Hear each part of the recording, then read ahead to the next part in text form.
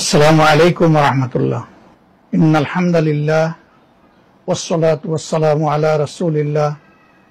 প্রিয় দেশবাসী, আশা করি আপনারা সকলেই মহান রব্বুল আলামিনের একান্ত মেহেরবানিতে সুস্থ আছেন। বহুদিন পরে আজকে এইভাবে আপনাদের সামনে আসার সুযোগ মহান রব্বে কারীম আমাকে দান করেছেন। এই জন্য রব্বুল ইজ্জতের দরবারে অসংখ্য শুকরিয়া আদায় করছি, আলহামদুলিল্লাহ। প্রিয় বাংলাদেশ আমাদের জন্মভূমি, আল্লাহ তাআলার একটি শ্রেষ্ঠ নিয়ামত, একটি উপহার এ দেশের প্রত্যেকটি নাগরিকের জন্য। দেশকে আমরা ভালোবাসি এবং দেশকে নিয়ে, জাতিকে নিয়ে আমরা সকলেই চিন্তা করি। আজকে একটি বিশেষ বিষয় আপনাদের সামনে আমি হাজির হয়েছি। দীর্ঘ 1 মাসের অধিক সময় আমার অসুস্থতা এবং চিকিৎসাজনিত কারণে অনেকটাই আমি আপনাদের কাছ থেকে দূরে ছিলাম। আমরা সকলে অবহিত আছি, গতকাল বাংলাদেশের সর্বোচ্চ বিদ্যাপীঠ, 104 বছরের ঐতিহ্যবাহী বিশ্ববিদ্যালয়, যেটাকে একসময় প্রাচ্যের অক্সফোর্ড বলা হতো, ঢাকা বিশ্ববিদ্যালয়ের কেন্দ্রীয় ছাত্র সংসদ নির্বাচন এবং হল সংসদ সমূহের নির্বাচন অনুষ্ঠিত হয়েছে। এই নির্বাচন ছিল ছাত্র সমাজের কাছে বহুদিনের প্রতীক্ষিত একটি নির্বাচন। কার্যত 90 সালের পরে এরকম একটি নির্বাচন ঢাকা বিশ্ববিদ্যালয়ের ছাত্রছাত্রীরা পায়নি। 19 সালে একটি নির্বাচন হয়েছিল স্বৈর শাসন আমলে। এই নির্বাচন ছিল সাজানো, পাতানো এবং কঠোরভাবে নিয়ন্ত্রিত। কাজেই সে সময় ছাত্রছাত্রীরা স্বাচ্ছন্দ্যের সাথে উৎসব মুখর পরিবেশে ভোট দেওয়ার কোনো সুযোগ পায়নি। দীর্ঘদিন পরে এবারকার এই নির্বাচন, ঢাকা বিশ্ববিদ্যালয়ের সব কয়টি প্রতিষ্ঠিত ছাত্র সংগঠন, মেধাবী, প্রতিশ্রুতিশীল অনেক স্বতন্ত্র ক্যান্ডিডেট, তারা বিভিন্নভাবে বিভিন্ন নামে এই নির্বাচনে অংশগ্রহণ করেছেন।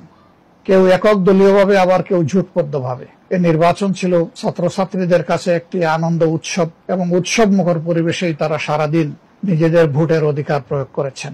ছাত্রছাত্রীদের সকলেই ভোট দিতে পেরেছেন যারা ভোট কেন্দ্রে এসেছেন।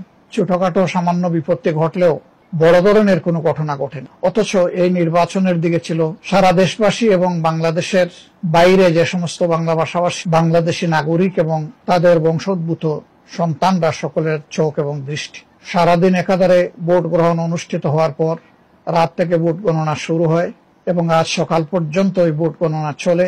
শেষ পর্যন্ত এই নির্বাচনের ফলাফল জাতির সামনে আসে। এই নির্বাচনে বাংলাদেশের সবচেয়ে বৃহৎ শিক্ষাঙ্গনের শিক্ষার্থী, আমরা বিশ্বাস করি তারা সঠিক সিদ্ধান্ত এবং তাদের রায় প্রয়োগ করেছেন।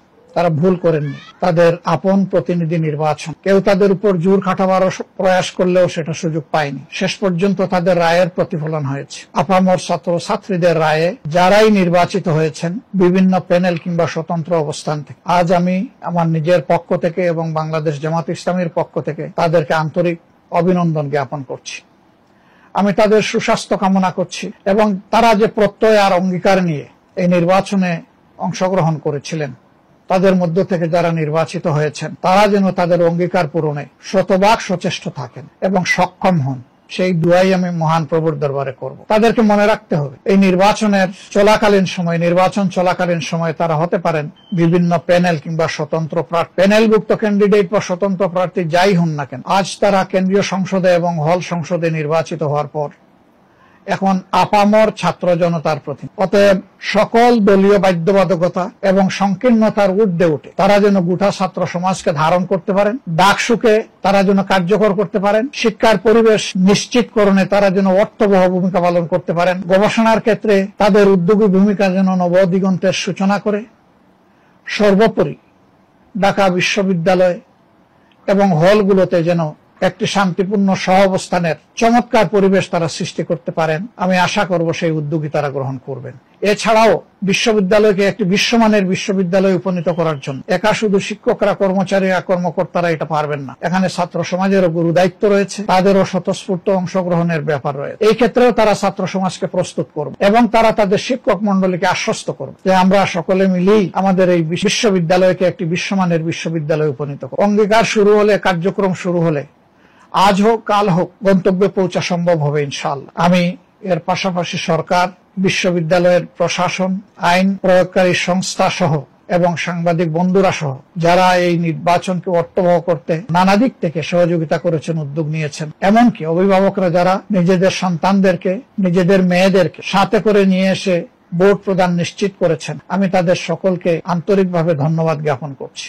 এটি ছাত্র সংসদগুলোর নির্বাচনের একটি অনুকরণীয় উদাহরণ হোক। বিভিন্ন প্যানেল থেকে যারা নির্বাচনে অংশগ্রহণ করেছিলেন তাদের জন্য আমার শুভকামনা রইল। আজকে তারা জিততে পারেননি, কিন্তু কাল তারা জিতবেন না এমন বলার কোনো সুযোগ নেই। তাদের মধ্যে সুস্থ প্রতিযোগিতা হোক, প্রতিভা বিকাশের ক্ষেত্রে আন্তরিক প্রতিযোগিতা হোক, সেইটাই আমরা কামনা করব। এবং এই নির্বাচন শুরু হওয়ার আগে তারা যেমন পরস্পরের সহপাঠী এবং বন্ধু ছিলেন, এখন থেকে পরবর্তী দিনগুলোতেও তারা সেভাবে মিলেমিশেই বিশ্ববিদ্যালয়কে গড়ে তুলবেন, আমরা সেটা তাদের কাছে প্রত্যাশা করি। একটি সুন্দর বিশ্ববিদ্যালয়, একটি সুন্দর ছাত্র সংসদ জাতিকে নতুন দিনের ইশারা দেওক, নতুন দিগন্তের উন্মোচন হোক, এই প্রত্যাশা ব্যক্ত করে আপনাদের সকলের প্রতি আরেকবার আন্তরিক ধন্যবাদ জ্ঞাপন করে আমার বক্তব্য এখানেই শেষ করছি। আল্লাহ হাফিজ। বাংলাদেশ জিন্দাবাদ। বাংলাদেশ জামাত ইসলামী জিন্দাবাদ।